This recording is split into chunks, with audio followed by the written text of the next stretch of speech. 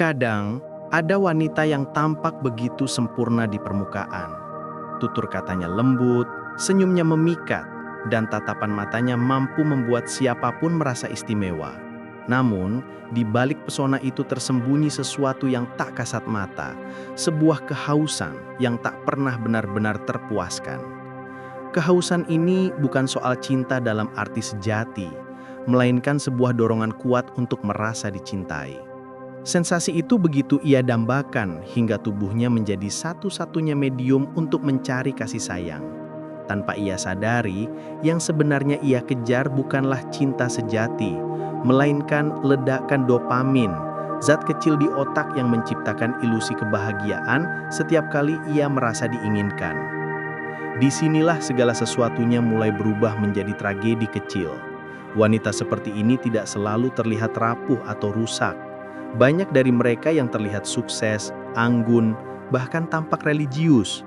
Tetapi jauh di dalam hati mereka, ada sebuah kekosongan yang terus-menerus meronta-ronta. Kekosongan itu membuat mereka haus akan pembuktian melalui pelukan, sentuhan, atau perhatian dari pria. Hal-hal yang memberinya perasaan hidup, meskipun hanya sesaat. Setelah itu, yang tersisa hanyalah kehampaan, dan siklus ini pun terulang lagi. Dari sudut pandang pria, wanita seperti ini seringkali memancarkan pesona misterius yang sulit ditolak. Di awal hubungan, semua terasa intens, hampir seperti ada energi magnetis yang tak terjelaskan. Namun, seiring waktu berjalan, pria mulai merasakan ada sesuatu yang berbeda. Mereka bertanya-tanya mengapa wanita itu tampak tak pernah benar-benar tenang. Kenapa cinta dan perhatian yang diberikan selalu terasa tak cukup? Mungkin kita pernah mengenal, bertemu, atau bahkan jatuh cinta pada wanita seperti ini. Sebelum kita terlanjur menghakimi, ada baiknya kita mencoba memahami lebih dalam. Kecanduan hasrat ini bukan semata-mata soal fisik. Ini tentang jiwa yang kehilangan arah. Jika diperhatikan dengan saksama, pola serupa bisa terlihat di balik senyuman yang ia tunjukkan kepada dunia.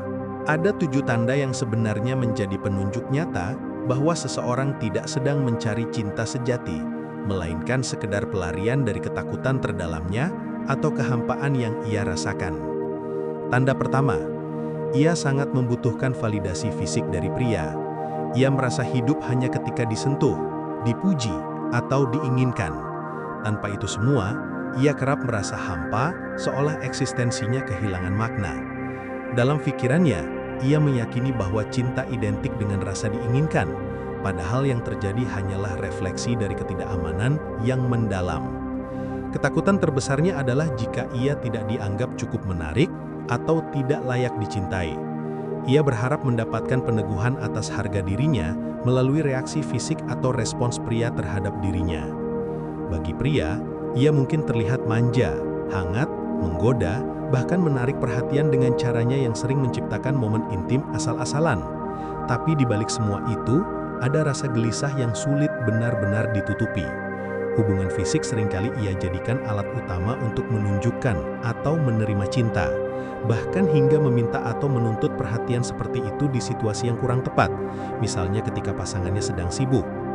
Baginya, perhatian bersifat fisik lebih penting ketimbang koneksi emosional yang dalam.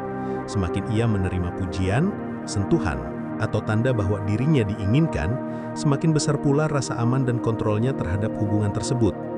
Namun kenyataannya, semua itu hanyalah tameng belaka untuk melindungi dirinya sendiri dari rasa takut ditolak. Sementara itu, pria yang tidak menyadari pola ini sering merasa terperangkap antara rasa cinta dan kewajiban. Mereka berusaha memenuhi ekspektasinya, tetapi tanpa disadari, wanita seperti ini sebenarnya lebih mencari pembuktian daripada kasih sayang sejati. Ia butuh dikuatkan setiap saat bahwa dirinya masih menarik secara fisik atau emosional. Dan ketika validasi ini berhenti diberikan oleh pasangannya, rasa keraguan-raguannya akan muncul ke permukaan, membuatnya kembali merasa kehilangan kendali. Sesungguhnya, tujuan utama bukanlah ingin dicintai dengan tulus, melainkan untuk disembah. Ini dilakukan agar kekosongan emosionalnya tidak sempat muncul dan menyiksa dirinya. Tanda kedua terlihat dari bagaimana emosi dirinya sangat bergantung pada perhatian dari pria.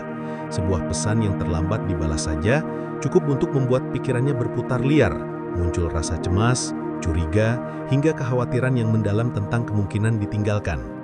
Namun sebenarnya, yang ia cari bukanlah pria sebagai individu tertentu, melainkan sensasi untuk terus-menerus dikasihi. Sensasi itu memberikan rasa nyaman sementara yang menjauhkan dirinya dari trauma masa lalu atau rasa takut akan penolakan. Dari sudut pandang pria, perilakunya mungkin terlihat posesif atau tidak stabil. Ia mudah merasa tersinggung dan berubah-ubah secara emosional karena ia sudah kecanduan pada respons pria terhadapnya. Emosi ini bukanlah keinginan otentik untuk mengontrol pasangan, justru lahir dari ketakutan besar akan kehilangan apa yang baginya menjadi sumber utama kepuasan emosional, yaitu komunikasi dan interaksi dengan pria yang mampu membuatnya merasa dihargai dan diinginkan. Ketika perhatian itu perlahan surut atau hilang sama sekali, hidupnya tampak kehilangan keseimbangan. Akibatnya, hubungan berubah menjadi permainan tarik ulur yang melelahkan. Pria terus berupaya menenangkan atau memenuhi kebutuhannya, sementara wanita tersebut terus mencari bukti-bukti bahwa dirinya tetap layak dicintai dan diinginkan. Harus dipahami bahwa hubungan semacam ini bukanlah cinta yang sehat. Lebih tepatnya, itu adalah simbiosis adiktif, di mana pihak pemberi perhatian menjadi sumber kesenangan sesaat bagi pihak pencari validasi. Dan ketika salah satu pihak berhenti memberikan apa yang diminta, pihak lain akan merasa runtuh dan seolah kehilangan segalanya. Tanda ketiga menunjukkan bahwa ia sulit merasa damai dalam hubungan yang stabil secara psikologis. Wanita ini tidak sepenuhnya mampu menikmati ketenangan. Ketika hubungan mulai terasa aman, ia merasa jenuh. Otaknya yang terbiasa mendapatkan ledakan dopamin melalui kejar-kejaran emosi, menjadikan ketenangan terasa tidak menarik. Secara tidak sadar, ia menciptakan drama baru demi kembali merasakan gairah hidup. Pria yang mencintainya mungkin akan bingung pada awalnya.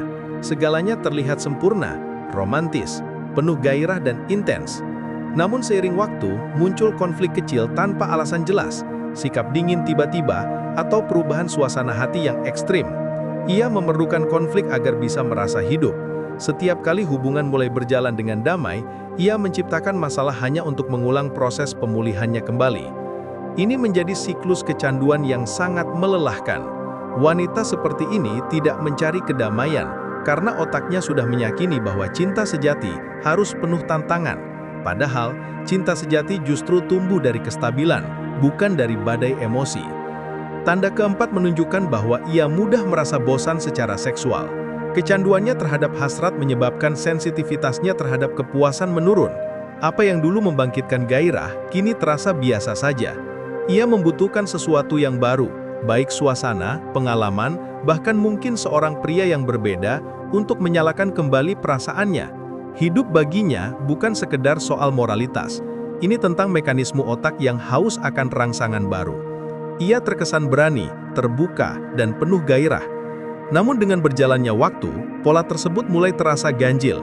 Ia sulit merasa puas, cepat sekali bosan, dan terus mencari hal-hal baru. Bukan cinta atau keintiman sejati yang dicarinya, melainkan cara untuk mengelabui kehampaan di dalam dirinya. Momen-momen yang menggairahkan hanya menjadi penundaan bagi perasaan kosong yang selalu menunggu di ujung jalan. Pada akhirnya, wanita ini tidak benar-benar menikmati hubungan yang dimilikinya. Ia lebih sering berlari dari kesunyian batinnya. Semakin keras ia mencoba mengisi kehampaan, semakin besar lubang yang terbentuk di dalam dirinya. Kecanduan menawarkan sensasi baru, tetapi tidak pernah memberikan ketenangan sejati. Tanda kelima menunjukkan bahwa ia menggunakan sensualitas sebagai alat untuk mengendalikan pria. Baginya, daya tarik tubuh adalah bentuk kekuasaan. Ia memahami cara berbicara, bergerak, dan menatap untuk membuat pria tunduk kepadanya. Namun kekuasaan itu tidak lahir dari kepercayaan diri yang tulus, melainkan sebuah kebutuhan untuk mencari rasa aman dalam dunia yang dahulu membuatnya merasa tak berdaya. Dari sudut pandang pria, wanita seperti ini memancarkan daya tarik besar yang sulit untuk diabaikan.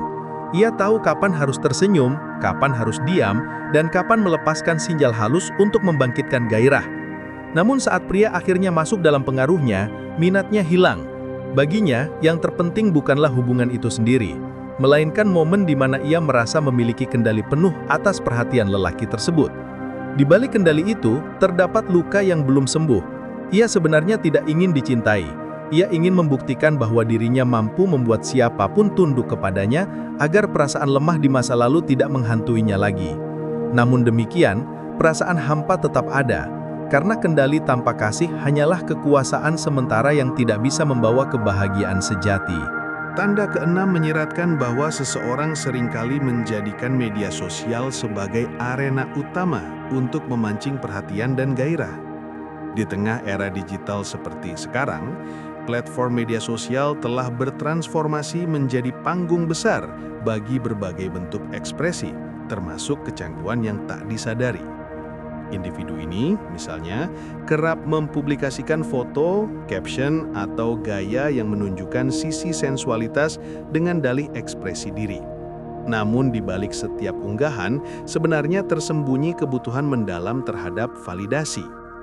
Setiap tanda sukai atau komentar yang diterima hanyalah fragmen kecil dari dorongan dopamin yang membuatnya terus merasa hidup, terutama ketika perhatian datang dari kaum pria.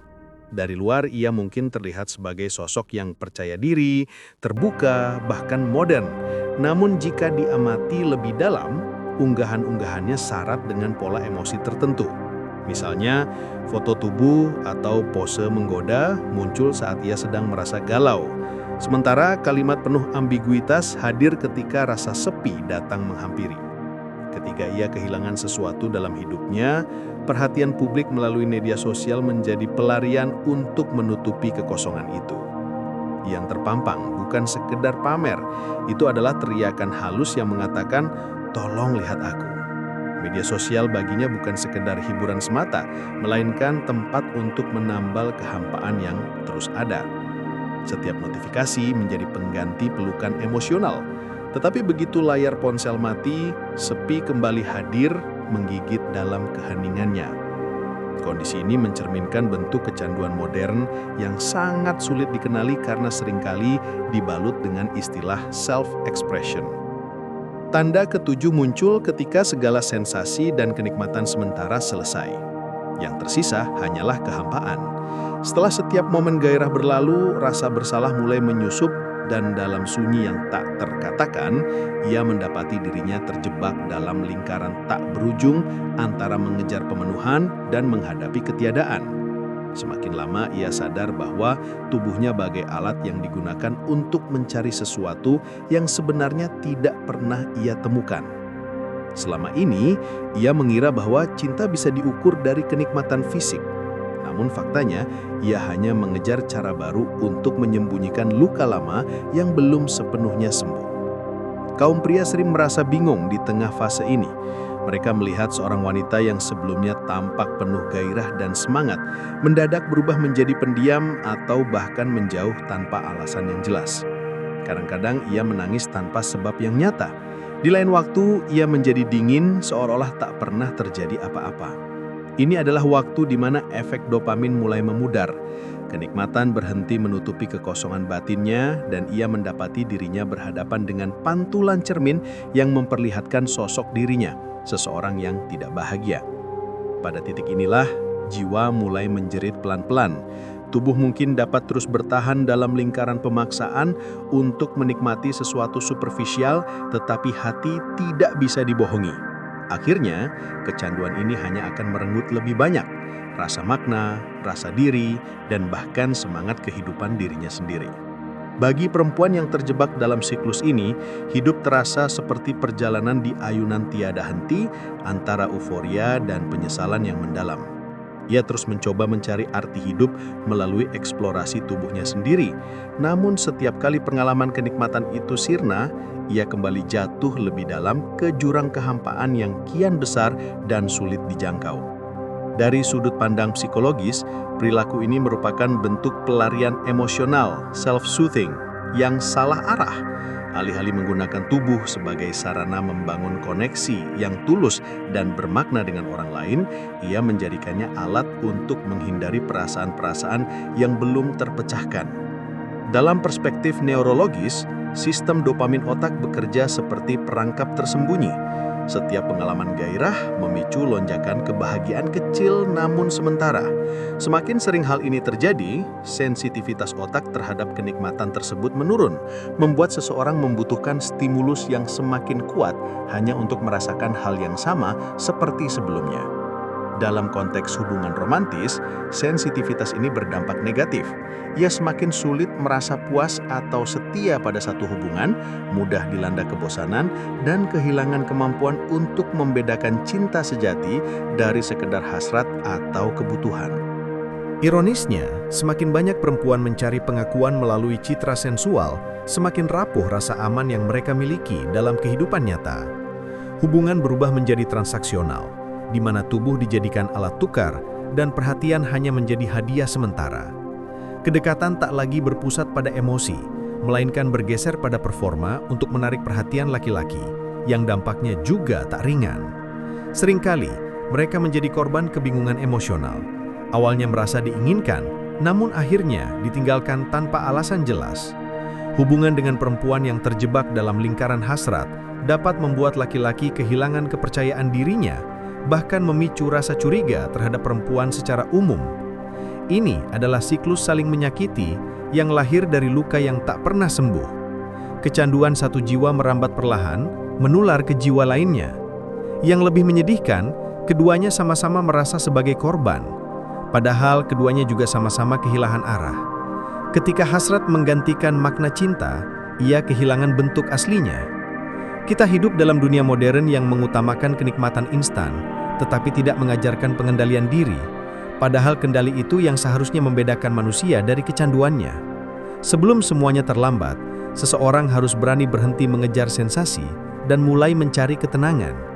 Pada akhirnya, kecanduan hasrat bukanlah persoalan perempuan atau laki-laki semata, melainkan tentang manusia yang telah kehilangan kendali atas dirinya sendiri. Ini soal jiwa yang tidak lagi mampu membedakan cinta sejati dari pelarian keintiman, dunia yang seringkali menukar makna dengan sensasi, kehangatan dengan validasi. Di tengah hiruk-pikuk ini, banyak orang tidak sadar bahwa yang mereka cari bukanlah kenikmatan sesaat, melainkan ketenangan yang sudah lama terlupakan. Bagi perempuan, ini adalah seruan untuk kembali memahami dirinya sendiri, menyadari bahwa tubuh bukanlah mata uang untuk membeli kasih sayang. Tubuh adalah rumah bagi jiwa yang berharga.